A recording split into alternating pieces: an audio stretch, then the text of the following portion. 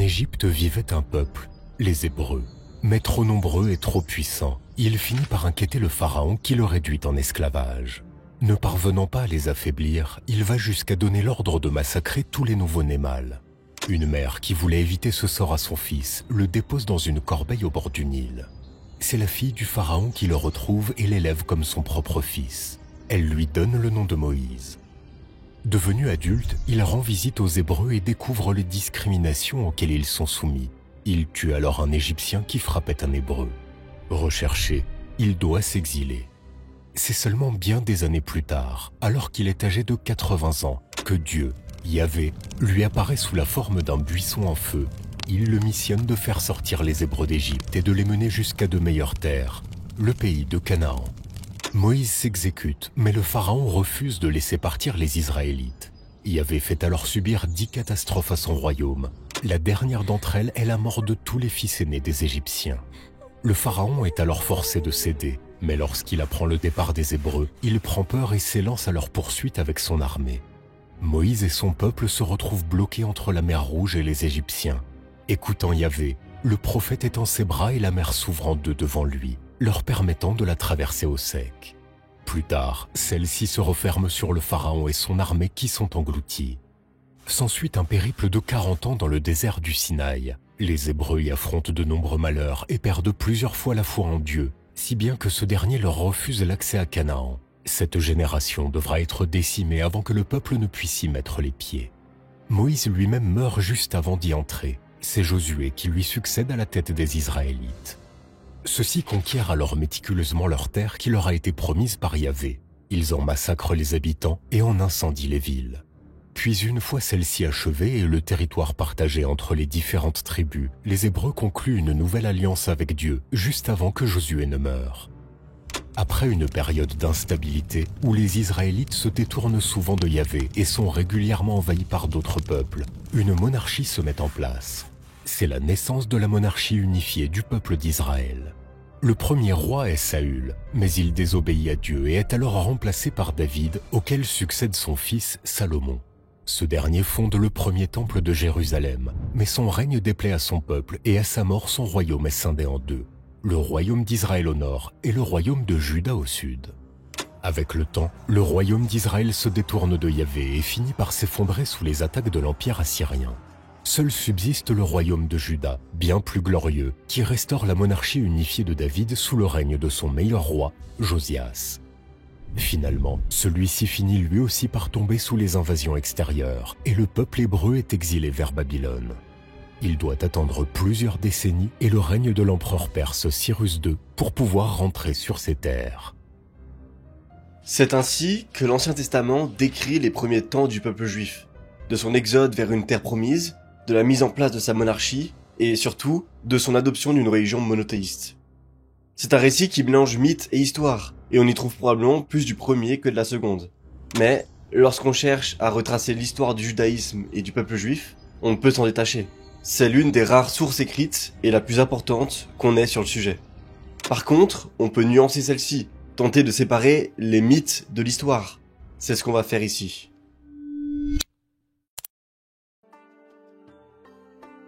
Toute cette histoire, dans la tradition biblique, part donc de l'exode d'un peuple nombreux depuis l'Égypte, plus de 600 000 hommes, traversant le désert du Sinaï avant de s'installer dans le pays de Canaan. Soyons clairs, ça n'est très probablement jamais arrivé. Un tel événement, d'autant plus accompagné d'autant de désastres, nous aurait forcément laissé des traces, des sources égyptiennes. Pourtant, on n'a rien. Mais c'est pas tout. L'Ancien Testament situe celui-ci vers 1440 avant Jésus-Christ. Or, à cette époque, Canaan est sous domination égyptienne, et le reste jusqu'aux invasions des peuples de Hamer, aux alentours de 1200 avant notre ère. Il est peu probable que les Hébreux quittent l'Égypte pour rejoindre un autre territoire sous domination égyptienne. Et enfin, rien ne semble aller dans le sens d'un peuplement soudain des futurs territoires des royaumes d'Israël et de Juda à cette époque. Mais la Bible n'a pas totalement tort non plus. Déjà, il était fréquent à l'époque que des groupes ou des peuples cananéens fuient leur région pour venir s'installer en Égypte. Tout simplement parce que le pays de Canaan était beaucoup plus enclin à subir des famines. Le commerce et le travail pouvaient aussi les attirer vers le pays des pharaons. On peut lire dans l'Ancien Testament que les Hébreux ont travaillé comme esclaves sur le chantier de la ville de Ramsès. Cette ville n'existait pas à la date de l'Exode qui est citée dans la Bible, Mais lorsqu'elle est fondée pendant le règne de Ramsès II, au XIIIe siècle, il y a bien des Sémites cananéens qui participent au chantier. Et c'est justement pendant le règne du fils de Ramsès II qu'on a la première mention d'un peuple d'Israël établi à Canaan, sur la stèle de Meremta, qui décrit comment la révolte de ce peuple a été matée par le pharaon. On pourrait alors présumer que les auteurs de la Bible se sont juste trompés dans leur datation, et que l'exode aurait eu lieu pendant ou juste après le règne de Ramsès II. La théorie est alléchante, mais en réalité plutôt invraisemblable. Les Égyptiens, dont on a des sources abondantes, ne font jamais à nouveau référence à Israël, et le règne de Ramsès II représente le zénith de la puissance égyptienne. Il contrôle complètement toute la région de Canaan. Impossible donc qu'une migration de masse ait pu avoir lieu, et encore plus impossible qu'on n'en ait aucune trace. L'archéologie elle-même est incapable de déceler les moindres restes du passage d'un groupe important dans le Sinaï à l'époque qui nous intéresse. Il n'y a rien. Les endroits cités dans l'Ancien Testament n'étaient pas occupés. On peut trouver certains éléments cohérents par-ci par-là dans cette partie de la Bible, mais l'exode, lui, s'il provient d'un événement réel, il faut le trouver ailleurs. La migration ne peut pas avoir eu lieu depuis l'Égypte, et elle ne peut pas avoir été d'une aussi grande ampleur.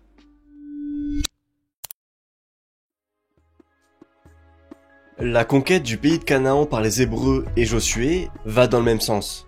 Ce récit est héroïque. Josué s'empare de grandes villes et massacre des peuples puissants. On ne retrouve rien de tout ça dans le Canaan de l'époque.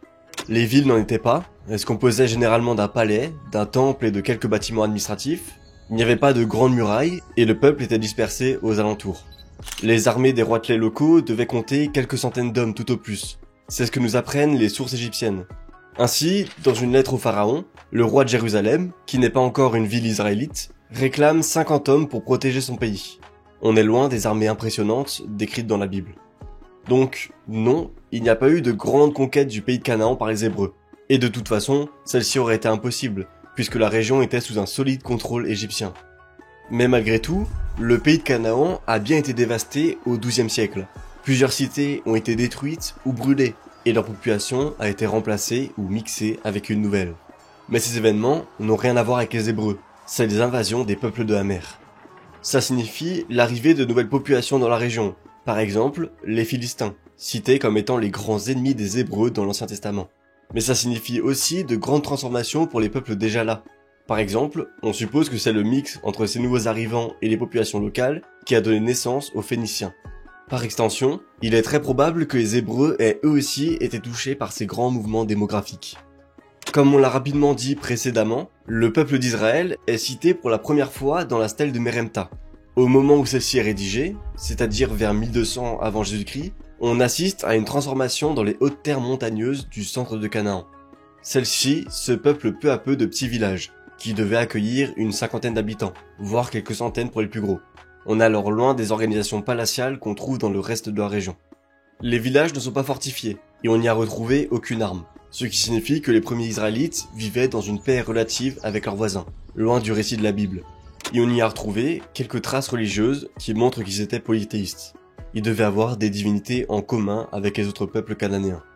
C'étaient simplement des fermiers et des éleveurs, en petit nombre, sans de grandes disparités sociales, qui vivaient paisiblement loin des régions disputées de Canaan. Cette population n'est pas apparue nulle part. Elle a sûrement toujours été là, bien qu'il y ait pu y avoir des migrations depuis le désert à l'est ou de la part des Cananéens fuyant les troubles à l'ouest. Seulement, elle est passée d'un mode de vie semi-nomade, où chacun élevait son troupeau, à un mode de vie sédentaire. Pourquoi ? Probablement à cause des bouleversements en œuvre en Canaan, avec les invasions des peuples de la mer, le recul de la protection égyptienne et l'effondrement des cités-états et du système économique. Les Cananéens ne produisent plus de surplus de céréales. Ils ne peuvent donc plus en vendre aux populations semi-nomades qui en sont dépendantes. S'il n'est plus possible d'acheter du grain, alors il faut le produire soi-même. On abandonne donc son mode de vie pour cultiver. On devient sédentaire. Les Israélites n'ont pas été la cause de l'effondrement des populations cananéennes, comme c'est écrit dans la Bible. Non, c'est l'effondrement de celle-ci qui a provoqué la naissance des Israélites. On sait peu de choses sur ce peuple. Seul un élément les différencie de leurs voisins, l'absence d'ossements de porc. Que ce soit les Philistins à l'ouest ou les Ammonites à l'est, tous les peuples cananéens mangent du porc. Tous, sauf les Israélites. Quoi qu'il en soit, la région reste divisée et fort peu peuplée. 45 000 âmes tout au plus. Pour l'heure, on n'aperçoit pas encore ni trace d'une grande monarchie, ni trace de la religion juive. Ces deux phénomènes se développent parallèlement au cours des siècles suivants.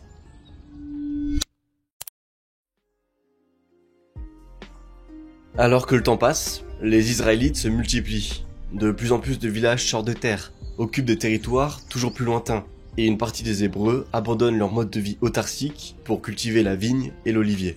C'est à ce moment que la monarchie doit apparaître. Logiquement, les villages désormais reliés entre eux par des flux commerciaux, certains venant acquérir du grain en échange de vin ou d'huile, la société se dote peu à peu de commerçants, d'administrateurs, de soldats, et donc probablement aussi de rois. L'Ancien Testament nous donne le nom des premiers d'entre eux, Saül, David et Salomon. Saül aurait été le premier roi à régner sur tous les Israélites, à partir de 1030 avant Jésus-Christ. Lui aurait succédé, après de nombreuses péripéties, David, qui aurait conquis un vaste empire en écrasant, entre autres, les Philistins. Puis, Salomon aurait administré celui-ci judicieusement. Il en aurait fait un pays très riche et puissant au cours du Xe siècle.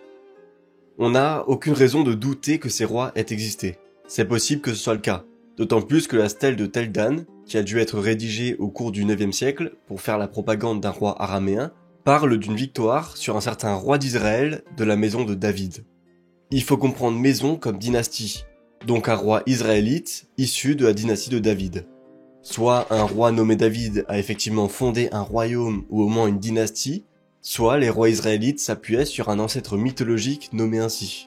Dans tous les cas, on se revendiquait déjà, au IXe siècle, comme descendant de David. En revanche, toute la partie qui fait l'étalage de la puissance de la monarchie israélite, d'un immense empire aux richesses exceptionnelles, est à oublier. Aucun vestige archéologique ne nous permet d'attester de destruction chez les Philistins à l'époque de David, et rien n'atteste des grandes constructions au temps de Salomon. À cette époque, le territoire du royaume de Juda, au sud, qui est d'après la Bible le centre du pouvoir de David et Salomon, est très pauvre, peu adapté à l'agriculture, peu peuplé et coupé du reste de Canaan par une géographie malchanceuse. On y compte d'ailleurs qu'une vingtaine de villages. Jérusalem n'est alors qu'un d'entre eux, c'est loin d'être une ville et rien n'atteste de l'existence du temple de Salomon. Le royaume d'Israël, au nord, devrait être plus riche. Il est mieux positionné et doté de nombreuses vallées qui permettent l'agriculture, mais rien d'exceptionnel pour autant. En tout cas, rien qui permettrait de conquérir les cités alentours. Au Xe siècle, sur les 45 000 habitants que comptent ces territoires, 90% sont installés au nord de Jérusalem, dans le royaume d'Israël. Donc, si David a bien existé, et qu'il a effectivement régné sur le territoire des futurs royaumes de Juda et d'Israël, ce qui semble fort peu probable, ce n'était qu'un roitelet local, régnant depuis un village quelconque, Jérusalem, mais qui a malgré tout dû faire preuve d'un certain génie militaire pour parvenir à imposer le pouvoir du sud, très pauvre et dépeuplé, sur le nord, bien plus riche. Après la mort de Salomon, la Bible nous raconte comment la monarchie unifiée des Israélites s'est scindée en deux, donnant naissance aux deux royaumes dont on parle depuis avant, celui de Juda, gouverné par les descendants de David, et celui d'Israël, gouverné par des dynasties pécheresses qui adorent plusieurs dieux. Si la monarchie unifiée a bien existé, alors c'est une exception dans l'histoire. À chaque fois que des populations se sont installées dans la région, en abandonnant leur mode de vie semi-nomade pour celui de sédentarisé, ce qui était déjà arrivé à 2 reprises avant l'époque dont on parle, à chaque fois on assiste à une division nord-sud, avec toujours les mêmes chefs-lieux, Sichem au nord, Jérusalem au sud. Donc, c'est que cette division est naturelle pour les populations locales, et l'existence de 2 royaumes distincts est logique. En bref, la monarchie unifiée est soit une invention, soit un événement incroyable sur une courte durée. Surtout, le sud, trop pauvre, a 2 siècles de retard sur le nord. Le royaume d'Israël possède d'importants centres administratifs, fortifiés et équipés de palais construits en pierre dès le 9e siècle. Le royaume de Juda doit lui attendre le 6e siècle avant notre ère pour posséder des infrastructures similaires. Autrement dit, alors que le nord prospère, commerce, s'enrichit et se pare rapidement de tous les attributs d'un État, le sud, lui, peine à se développer. Sa population peu nombreuse reste pendant longtemps encore majoritairement composée d'éleveurs, et ses chefs-lieux se limitent à des villages de taille modeste. La domination du nord par le sud est, sinon impossible, très peu probable. Toutefois, les 2 royaumes sont peuplés par des peuples très proches. Les Israélites du nord comme du sud vénèrent un dieu national commun, Yahvé, mais pas unique. Ils restent polythéistes comme leurs voisins. Ils ont également des langues hébraïques proches, utilisent le même alphabet depuis le 8e siècle, partagent des coutumes, comme l'interdiction de consommer du porc, des mythes et des légendes. L'Exode, par exemple, est peut-être déjà une tradition orale commune à tous les Israélites, mais elle serait probablement bien différente de celle arrivée jusqu'à nous. Yahvé, par exemple, n'y serait qu'un dieu parmi d'autres, bien qu'il pourrait déjà y tenir une place proéminente. Les deux royaumes ne se ressemblent pas, leur population, elle, si.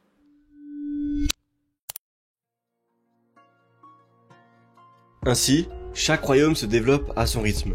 Pendant que le sud stagne, le nord se dote lui d'une nouvelle dynastie au début du 9e siècle, les Omrides, qui tirent leur nom de son premier souverain, Omri. La Bible est particulièrement accusatrice envers celle-ci. Les rois du nord sont cupides, violents, injustes et naïfs. Ils tournent le dos à Yahvé. Mais les auteurs de celle-ci se trompent de plusieurs décennies, voire de plus d'un siècle, dans les événements qu'ils rédigent. Les invasions étrangères et les alliances sont anachroniques. C'est vers d'autres sources, extérieures, qu'il faut se tourner pour comprendre l'histoire du royaume d'Israël. Celui-ci, sous les Omrides, devient l'un des acteurs les plus importants de la région. Ses frontières s'étendent jusqu'à Damas, tandis que les rois israélites règnent sur une importante population étrangère. Sur le monolithe de Kurk, rédigé par les Assyriens après leur tentative d'invasion de la Syrie, on retrouve une liste des souverains coalisés vaincus et de leur armée. Parmi eux figure le roi Achab l'Israélite, fils d'Omri, avec ses 2000 chars et ses 10 000 soldats. Entre tous les rois cités, c'est lui qui a le plus important contingent de chars, l'armement lourd de l'époque. Après la bataille, les Assyriens sont forcés de faire marche arrière, sans avoir soumis la Syrie et Canaan. L'archéologie nous donne également des preuves de la richesse de cette dynastie. Samarie, la capitale fondée par Omri, est parée d'un immense palais, de quelques bâtiments administratifs et de nombreuses habitations.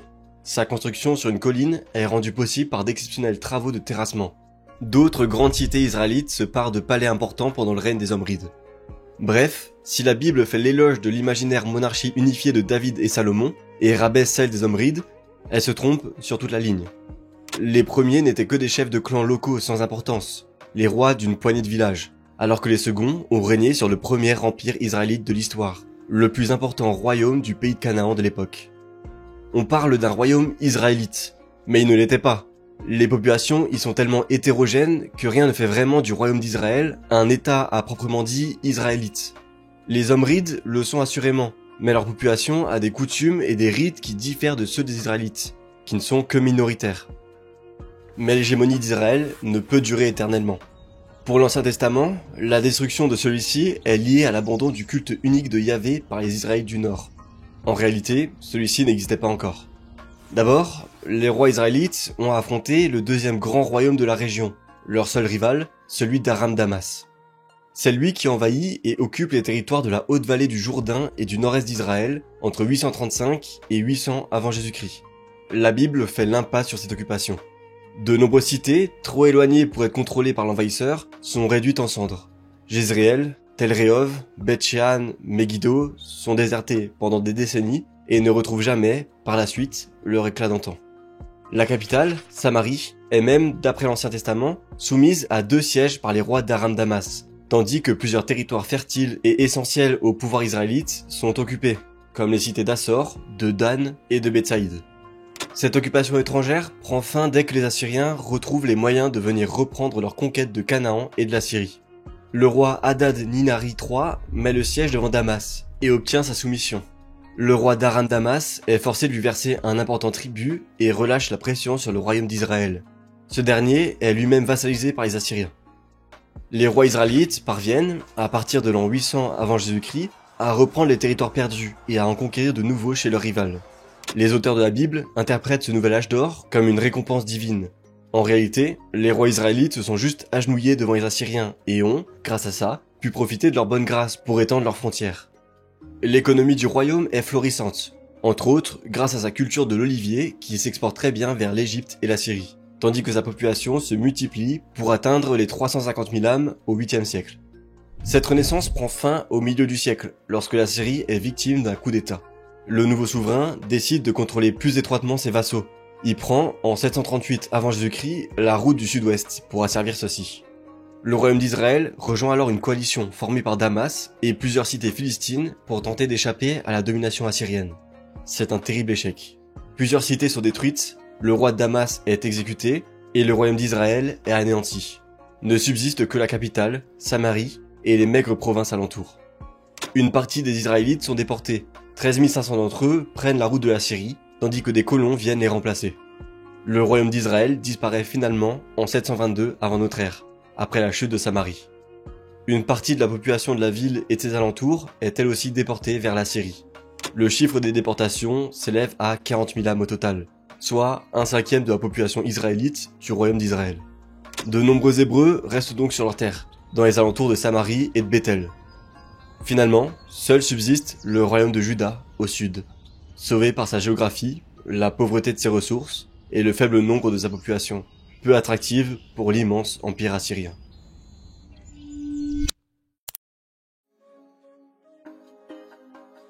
Le malheur des uns fait le bonheur des autres. Le royaume d'Israël vaincu, le royaume de Juda devient le dernier bastion non assyrien de la région. Enfin, il en est seulement un vassal relativement autonome, et le dernier refuge pour les Israélites du Nord qui, en migrant vers le sud, pouvaient s'installer aux côtés d'une population qui leur ressemblait fortement. Soudain, Jérusalem connaît une explosion démographique jamais vue dans son histoire. Elle passe de 1000 à 15 000 habitants en l'espace d'une génération. Ses campagnes alentours connaissent un progrès tout aussi impressionnant. Le royaume compte alors environ 120 000 âmes à la fin du 8e siècle. Celui-ci se pare enfin de tous les attributs d'un État, plusieurs siècles après son homologue du Nord, tandis que son économie commence à devenir commerciale, avec la production de vin et d'huile, exportée vers les grands empires voisins. Une nouvelle vision religieuse, d'abord minoritaire, commence alors à se diffuser à Jérusalem, celle qui, pour la première fois, place le dieu de l'orage, Yahvé, pas seulement au-dessus du reste du panthéon et des autres divinités étrangères, mais comme Dieu unique du peuple israélite. C'est à ce moment que le roi de Juda, Ézéchias, choisit pour se rebeller contre les Assyriens et se libérer de sa situation de vassal. En ce sens, il entreprend plusieurs projets qu'on peut attester archéologiquement. Il fortifie Jérusalem, s'assure de son approvisionnement en eau en cas de siège, prépare ses campagnes à la guerre et il cherche à s'attirer le soutien divin. Pour ça, quoi de mieux que de se reposer sur Yahvé et que de suivre cette nouvelle doctrine religieuse qui fait de Jérusalem le plus important lieu de culte israélite. Le roi fait détruire les hauts lieux vénérés des campagnes de son royaume. S'il ne fait pas disparaître le polythéisme, il fait bien de Yahvé le dieu principal de la monarchie centralisée de Juda et réduit la liberté religieuse de ses sujets. Quoi qu'il en soit, c'est peine perdue. Suite à sa révolte, les Assyriens marchent sur son royaume à la tête d'une grande armée, s'emparent de ses terres, réduisent en cendres ses villes et découpent son territoire. Seule Jérusalem est épargnée. Ézéchias perd presque tout. Son royaume est détruit et une partie de sa population est déportée. Son successeur, Manassé, fait marche arrière. Il restaure la liberté de culte. Puisque Yahvé n'a pas sauvé les Israélites des Assyriens, pourquoi en ferait-il une divinité unique? L'Ancien Testament, si élogieux sur Ézéchias, qui a pourtant mené à la ruine du royaume et de sa population, est très sévère envers Manassé. Il devient le pire souverain qu'ait connu Juda, justement parce qu'il a fait marche arrière sur la promotion du culte unique de Yahvé. Pourtant, le règne de 50 ans de ce nouveau roi est providentiel pour les Israélites. Le royaume se relève économiquement et connaît une paix durable. Il est même favorisé par les Assyriens qui lui demandent un tribut bien moindre qu'à ses voisins. Bref, la province dévastée par les invasions extérieures redevient, en un règne, un royaume prospère qu'il lègue à son fils, Amon. Celui-ci est tué au bout de 2 ans lors d'une révolte. Mais les élites du royaume se débarrassent des conspirateurs et placent sur le trône son fils, Josias.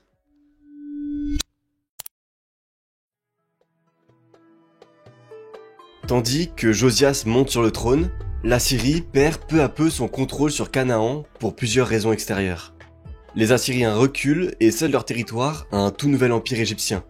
Les Israélites sont peu touchés par ces transformations, qui semblent se dérouler sans affrontement dans la région. Ce changement signifie une chose pour les élites de Juda.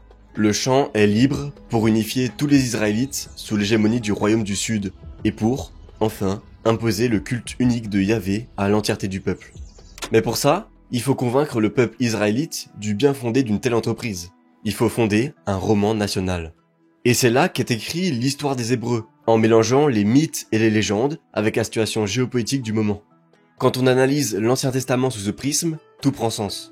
Pourquoi le récit des patriarches, Abraham, Isaac et Jacob, met autant en avant la tribu de Juda? Parce que ce sont les élites du royaume de Juda qui la rédigent, ou plutôt l'adaptent à leur visée politique, au 7e siècle. Pourquoi le récit de l'Exode, probablement lui aussi plus ancien, est aussi hostile envers l'Égypte et donne le nom de lieu dit qui n'existait pas à l'époque de Moïse? Parce que celui-ci est couché sur papier en s'inspirant de l'épopée de Sargon d'Akkad pendant le règne de Josias. L'Égypte doit être repoussée pour s'étendre vers le nord, et les lieux dits, notamment lors de la longue traversée du Sinaï, sont habités au 7e siècle et sans aucun doute connus par les élites israélites du moment.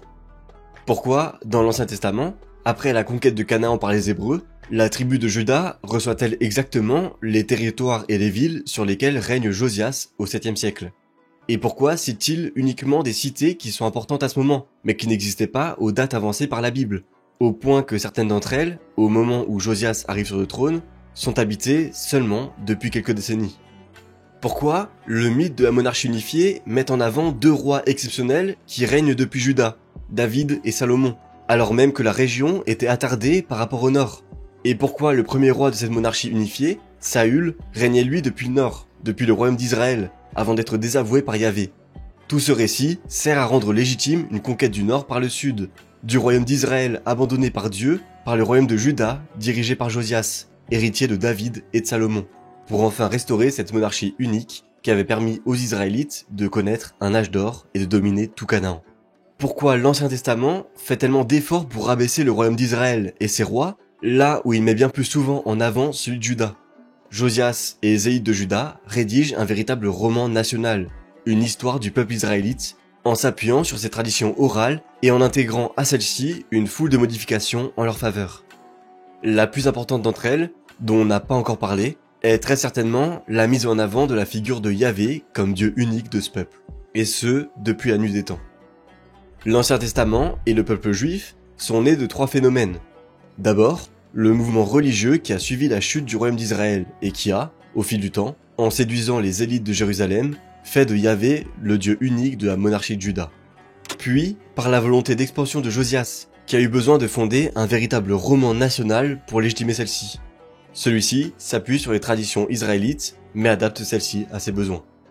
Ça mène, pendant son règne, d'après la Bible, mais c'est sûrement jamais arrivé puisque ce passage semble être un ajout tardif, à la redécouverte miraculeuse d'un livre de la loi lors des travaux de rénovation du temple de Jérusalem, en 622 avant notre ère, 17 ans après son accession au pouvoir.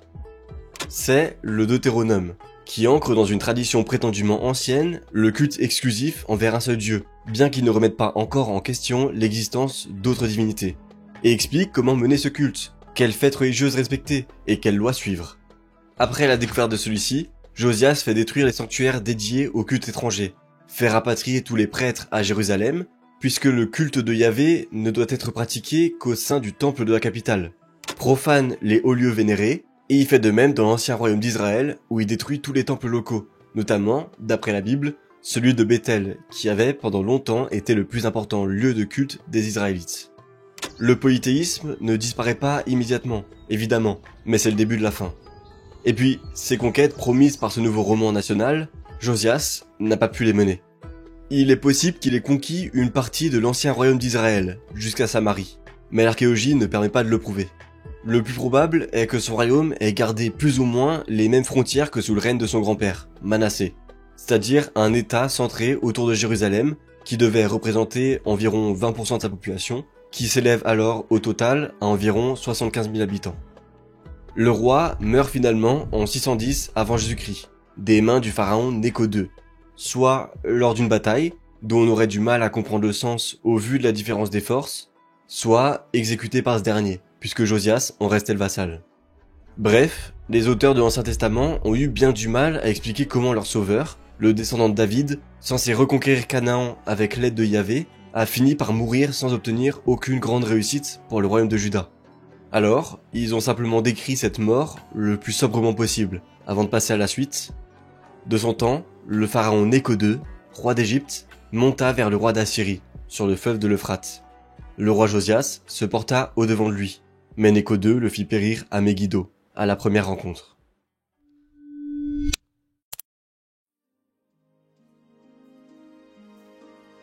La suite de l'histoire du royaume de Juda n'est pas glorieuse.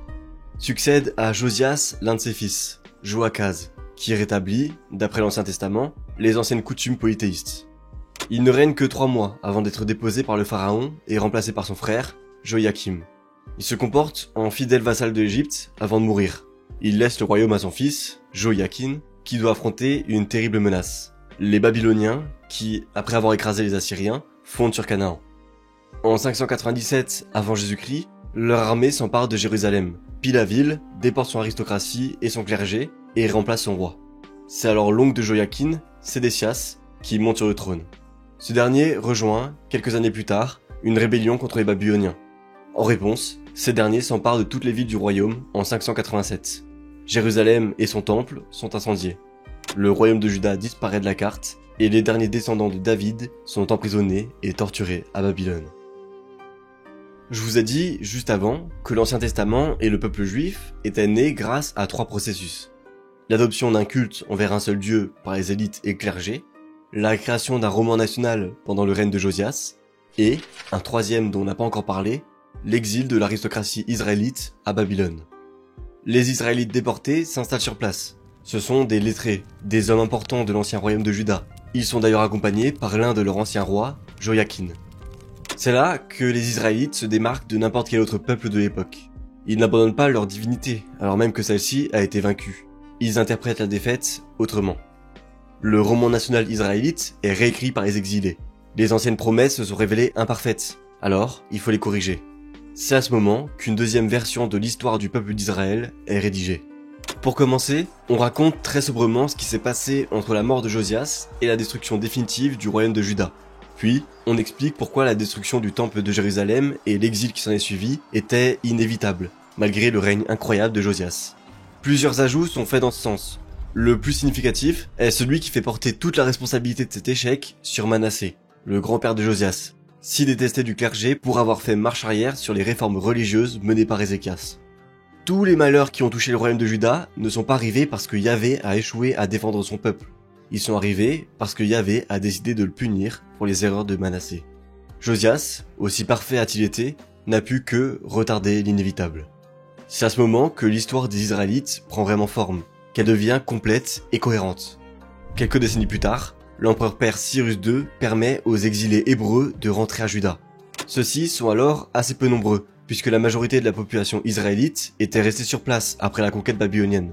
Mais ils s'imposent comme la nouvelle élite dirigeante pour plusieurs raisons. Déjà, ce sont des interlocuteurs privilégiés des Perses. C'est aussi une partie de la population qui est aisée économiquement, en plus d'être très concentrée à Jérusalem et d'en contrôler le nouveau temple. Ainsi, les Israélites se retrouvent très concentrés en un petit espace, la région de Juda, et sont dirigés par une élite qui a conçu et qui promeut le Deutéronome et les autres textes sacrés qui font de Yahvé le Dieu unique et privilégié de leur peuple, tandis que le temple de Jérusalem devient le centre unique de la pratique religieuse. Cette nouvelle élite, intimement liée à la vie religieuse, continue de rédiger les textes sacrés par la suite. Entre ses mains, le culte envers un seul Dieu devient progressivement un monothéisme. Jusqu'ici, on reconnaissait l'existence de plusieurs divinités, mais n'acceptait de rendre le culte qu'à une seule, la divinité nationale des Israélites, Yahvé. Désormais, Yahvé devient un Dieu unique, le Dieu universel de toutes les nations. Seulement, il a une relation privilégiée avec les Israélites, qu'il a choisi comme peuple particulier au milieu de tous les autres. Avec cette transformation, le clergé parvient à faire coïncider l'idée d'un Dieu universel avec la tradition israélite et cananéenne d'avoir un Dieu national. C'est ainsi que le peuple israélite devient, au fil du temps, après des siècles d'histoire mouvementée, le peuple juif. La religion polythéiste traditionnelle des Cananéens devient, sous la plume d'une longue succession d'auteurs avisés, un monothéisme. Le peuple de Jérusalem se dote d'un roman national sans égal, d'une religion qui ne se trouve nulle part ailleurs, et d'un mode de gouvernement centré autour du clergé qui lui permet pendant longtemps encore de cultiver ses différences.